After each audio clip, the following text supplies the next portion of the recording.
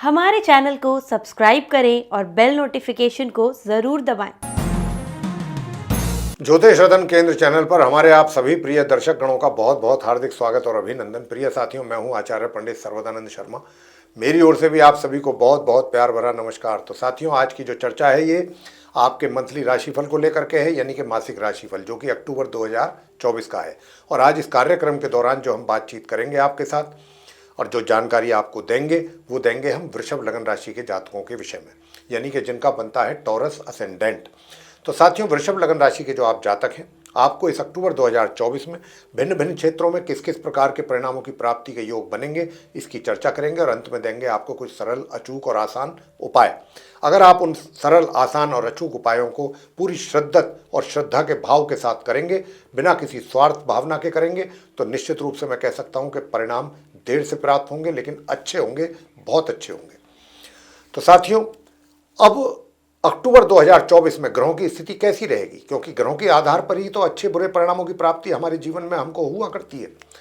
तो इस अक्टूबर 2024 में आसमान में जो ग्रहों की स्थिति है वो कैसी रहने वाली है, इसकी चर्चा अब हम आपसे करेंगे संक्षेप में और जानकारी देंगे कि भाई कौन सा ग्रह किस भाव में, किस राशि में बैठा हुआ है, किस ग्रह के साथ संबंध बना करके बैठा है या अकेला बैठा है, और कब वो अपना राशि का परिवर्तन करेगा, कौन सा ग्रह उनमें से। इसके लिए हमने जो चार्ट है आप वृषभ लगन राशि के जातकों का, वो ठीक हमारे पीछे स्क्रीन पर डिस्प्ले किया हुआ है आपकी सुविधा के लिए, ताकि आप उसको देख समझ सकें।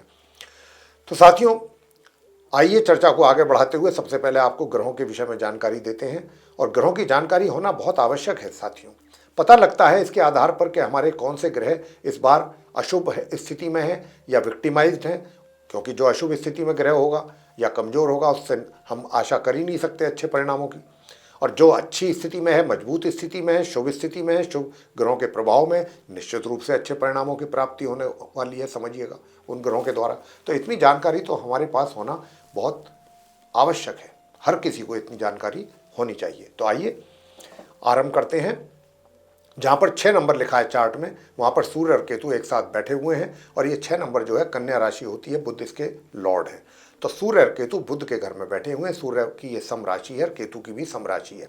लेकिन सूर्य जो है यहाँ से 17 अक्टूबर को अपना राशि परिवर्तन करेंगे और यहाँ से निकल करके, ये पंचम भाव कहलाता है, पंचम भाव से अपनी कन्या, सम राशि कन्या से निकल करके ये जाएंगे कहाँ पर, छठे भाव में, जहाँ पर 7 नंबर लिखा है, तुला राशि, शुक्र की राशि, जो इनकी शत्रु राशि भी है और इनकी नीच राशि भी है।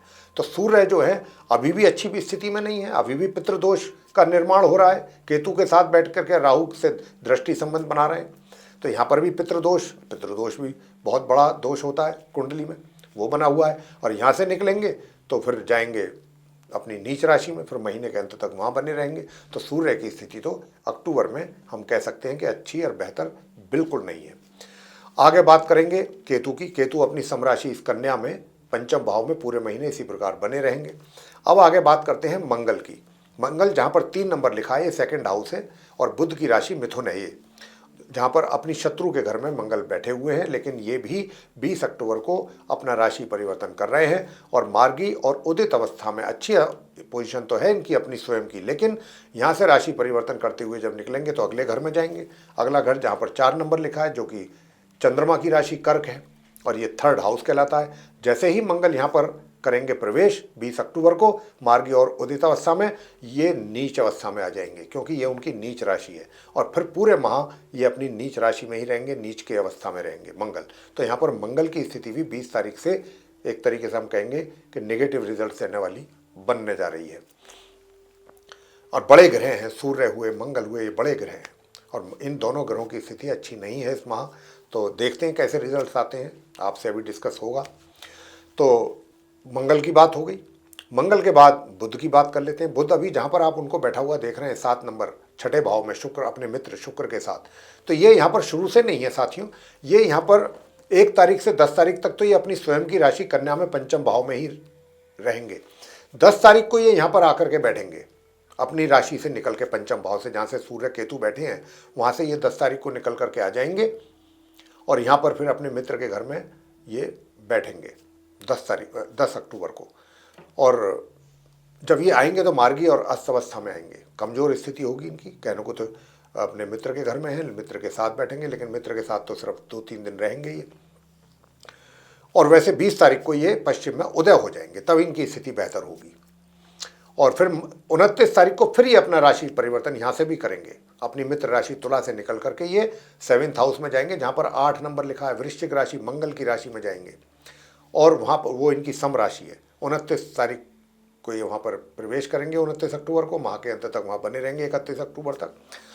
और शुक्र भी वहाँ पर होंगे, इनके परम मित्र, उनके साथ इनका संबंध बनेगा 29 अक्टूबर से। साथियों, बात कर लेते हैं शुक्र की। तो शुक्र भी जो है, जहाँ पर अभी अपनी स्वयं की घर में बैठे हैं, स्वयं की राशि तुला में बैठे हैं वो, और छठे भाव में, लेकिन ये भी मार्गी और उदित अवस्था में अपना राशि परिवर्तन करेंगे और अपनी स्वयं की राशि तुला से निकलेंगे 13 अक्टूबर को। और निकल करके ये अपनी सम राशि वृश्चिक में प्रवेश करेंगे, जहाँ पर 8 नंबर लिखा है, 7th हाउस में जाएंगे। और फिर माह के अंत तक वहाँ बने रहेंगे 13 अक्टूबर से लेके। प्रिय साथियों, आगे शनि की बात कर लेते हैं। शनि जो हैं वो अपनी राशि में बैठे हैं 10th हाउस में, कुंभ राशि है ये, 11 नंबर जो लिखा हुआ है। लेकिन यहाँ पर ये हैं तो उदित अवस्था में, लेकिन ये भी उल्टी चाल चल रहे हैं, इनकी चाल उल्टी है, पूरे महीने उल्टी चाल रहेगी। तो शनि वक्री स्थिति में उल्टी चाल चल रहे हैं और रहेंगे ये इसी राशि में, कोई राशि परिवर्तन नहीं होगा इनका शनि का इस माह। राहु की बात करें तो राहु अपनी सम राशि मीन में एकादश भाव में गुरु बृहस्पति के घर में बने रहेंगे इसी प्रकार पूरे माह। अब आगे बात कर लेते हैं बृहस्पति की, जहाँ पर 2 नंबर लिखा है वहाँ पर बृहस्पति बैठे हुए हैं, लगन भाव है। बृहस्पति भी जो हैं अपने शत्रु के घर में हैं, शुक्र की राशि है ये वृषभ राशि, जहाँ पर बैठे हैं गुरु बृहस्पति लगन भाव में। यूँ तो ये पूरे महीने इसी घर में रहेंगे, लेकिन अभी तो ये मार्गी और उदित हैं अवस्था में हैं, और ये 1 तारीख से 9 तारीख तक तो अच्छी स्थिति है इनकी अपनी स्वयं की, लेकिन 9 तारीख को ये भी उल्टी चाल चलना आरंभ कर देंगे साथियों, ये भी वक्री स्थिति में आ जाएंगे। तो फिर 9 तारीख से बृहस्पति भी वक्री, शनि पहले से ही वक्री हैं, पूरे महावक्री रहेंगे। उधर मंगल 20 अक्टूबर से नीच के हो रहे हैं, सूर्य 17 अक्टूबर से नीच के हो जाएंगे, अभी भी पितृदोष का निर्माण हो रहा है 1 तारीख से 17 तारीख तक। तो कुल मिलाकर के कई ग्रहों की स्थिति फेवरेबल नहीं है, कमज़ोर है या विक्टिमाइज्ड हैं ग्रह जो हैं, और वो भी बड़े ग्रह। तो अब देखते हैं इनके क्या रिजल्ट्स आपके लिए रहते हैं। ग्रहों की स्थिति से तो मैं आपको अवगत करा चुका हूँ। आगे बात करते हैं सबसे पहले जो करियर वृषभ राशि के जो जातक हैं उनका कैसा चलने वाला है, उनके करियर के विषय में जानेंगे। तो साथियों, मैं बताना चाहता हूं कि आपका जो करियर है सामान्य से मध्यम परिणाम, कुछ चीज़ों में, कुछ क्षेत्रों में, कुछ मामलों में आपको मध्यम से भी कुछ अच्छे परिणामों की प्राप्ति के योग बन रहे हैं पूरे महीने।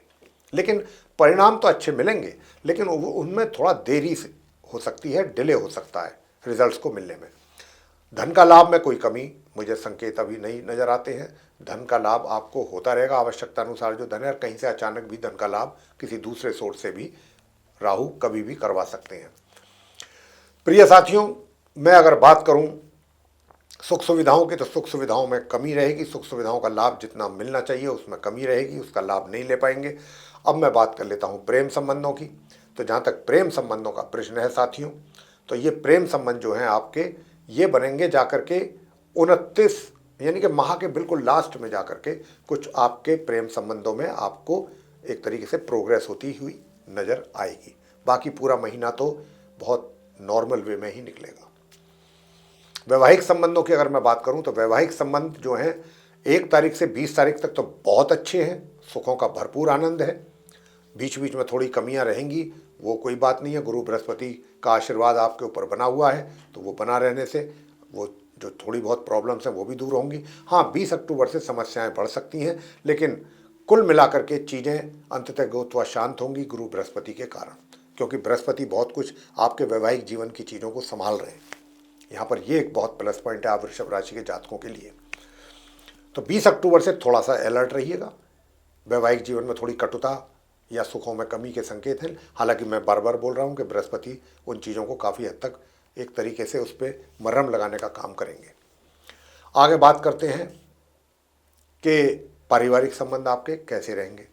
साथियों, पारिवारिक संबंध जो हैं वो मैं इतना ही कह सकता हूँ कि 1 तारीख से लेके और 29 तारीख तक ठीक रहेंगे, नॉर्मल रहेंगे, अच्छे रहेंगे, चलती रहेगी गाड़ी अच्छी।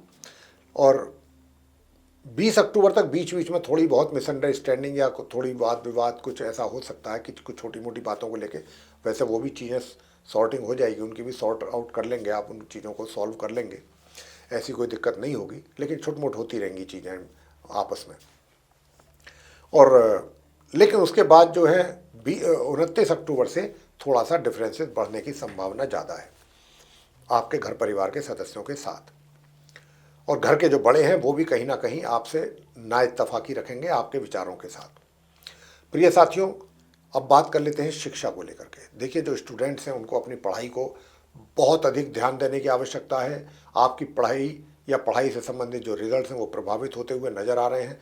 आपको अपनी पढ़ाई पर बहुत अधिक फोकस करने की आवश्यकता रहेगी। परेशानियां भी ज़्यादा आएंगी आपको अपनी पढ़ाई से संबंधित। तो ये समय ऐसा है कि इसमें ज़रा सी भी लापरवाही आपका सारा काम बिगाड़ सकती है। और अगर अधिक से अधिक परिश्रम भी करेंगे तो सामान्य परिणामों की प्राप्ति बहुत खींचतान के होगी। तो क्योंकि पितृदोष बना हुआ है पंचम भाव में, और उसके बाद जो है फिर उसके बाद जब सूर्य वहाँ से निकलेंगे तब भी जो है केतु और राहु की स्थिति है। तो यहाँ पर और बुध जो है वो छठे भाव में बैठे हैं, हालांकि अपने मित्र शुक्र के साथ हैं। तो अगर मैंने वही कहा कि अगर मेहनत बहुत अधिक करेंगे तो जाके खींचतान के कहीं सामान्य परिणाम प्राप्त हो पाएंगे। अब बात कर लेते हैं संतान को लेके। संतान की ओर से भी माता पिता को काफ़ी उन जितनी मेहनत संतान के द्वारा की जाएगी उससे उसके पॉजिटिव रिजल्ट्स मिलना थोड़ा मुश्किल है अभी। और विशेष रूप से 17, यूँ तो पूरा महीना ही अगर कहें, लेकिन 17 तारीख तक तो बहुत ज़्यादा आपको संघर्ष भी करना पड़ेगा अच्छे रिजल्ट्स के लिए। और मैं तो कहूँगा कि बेटर रिजल्ट्स की अगर आप इच्छा ना रखें तो ज़्यादा बेहतर है, बस अपने कर्म पर विश्वास करें। उपाय हम आपको ज़रूर देंगे। स्वास्थ्य की बात कर लेते हैं। स्वास्थ्य कैसा रहेगा? प्रिय साथियों, देखिए, 1 तारीख से 17 तारीख तक तो स्वास्थ्य आपका अच्छा रहेगा, लेकिन 17 तारीख से लेकर माह के अंत तक का जो समय है उसमें स्वास्थ्य में कुछ कमी भी हो सकती है और आपके शत्रु भी आपको परेशान कर सकते हैं, इसकी भी काफ़ी ज़्यादा संभावना है। तो उनसे भी आपको सतर्क रहना है। उपाय आपको क्या करना है? उपाय करना है आदित्य हृदय स्तोत्र का पाठ नियमित रूप से करें, चाहे 10 ही मिनट के लिए करें, प्रातःकाल स्नान आदि से निवृत्त होकर। और सूर्य देव को अर्घ देना बिल्कुल ना भूलें, तांबे के पात्र से 1 चुटकी रोली मिला करके। और नियम पूर्वक प्रातःकाल सायकाल गणपति जी की पूजा पूरे दिल से और पूरी शिद्दत से करें अगर स्टूडेंट्स चाहते हैं कि अच्छे परिणाम प्राप्त हों। और एक आपको जो करना है वो मंगल की पूजा, ओम अंग अंगारकाय नमः, इस मंत्र की 1 माला नियमित रूप से करें। और ओम ब्रह्म बृहस्पतये नमः, इसकी भी 1 माला नियमित रूप से आपको करनी है। तो प्रिय साथियों, तभी आपको कुछ अच्छे और बेहतर परिणामों की प्राप्ति हो पाएगी। साथियों, ये था आप वृषभ लगन राशि के जो जातक हैं उनका माह अक्टूबर 2024 का मंथली राशिफल।